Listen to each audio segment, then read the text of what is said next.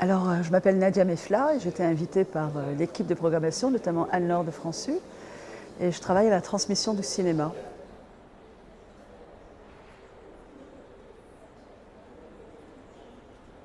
Alors, c'est la première fois que je viens et à Perpignan, et au Mémorial, et à ce festival. Donc, la programmation est absolument, comment dirais-je, réjouissante, riche, et il y a et c'est ça il faut saluer les travaux de programmateurs quand ils font des correspondances entre les films, voilà. Donc, et de passer de Haroun Farroki à Kaurismäki, d'avoir la présence de Wang Bing, c'est impressionnant. Il y a eu l'ouverture avec Robert Baubert, c'est magnifique.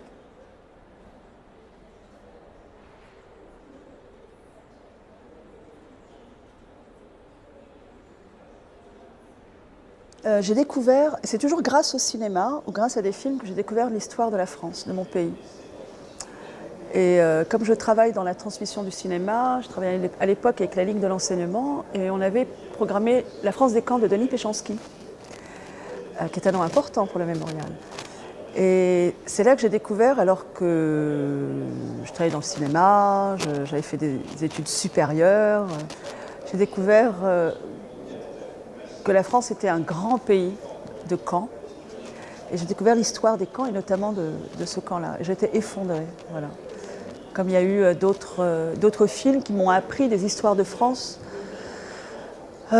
dissimulées. Par exemple, le 17 octobre 61, c'est en voyant un film de fiction que j'ai appris cette histoire. Donc, c'est dire la nécessité du récit. Pas du mensonge, mais du récit. Parce qu'il n'y a pas pire, il me semble, que une mémoire oblitérée qu'on transmet avec des silences qui peuvent fabriquer des mensonges. Le mensonge, par exemple, étant la France étant un grand pays de résistance. Comme, voilà.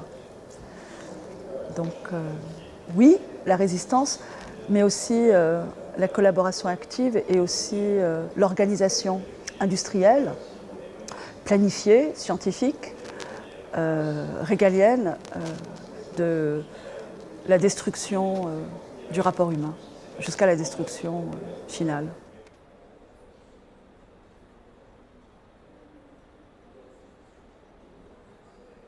Ah ben, c'est un lien absolument basique. Là, vous êtes en train de me filmer. Je vais mourir un jour, et c'est normal. Mais il y aura des traces, voilà. Juste ça. Donc, c'est l'enregistrement d'un temps passé. Le temps est déjà passé, là. Ça fait quelques minutes qu'on est ensemble. Et donc, cette capacité humaine de vouloir conserver et de dépasser les limites de la vie, ça, c'est un vieux rêve.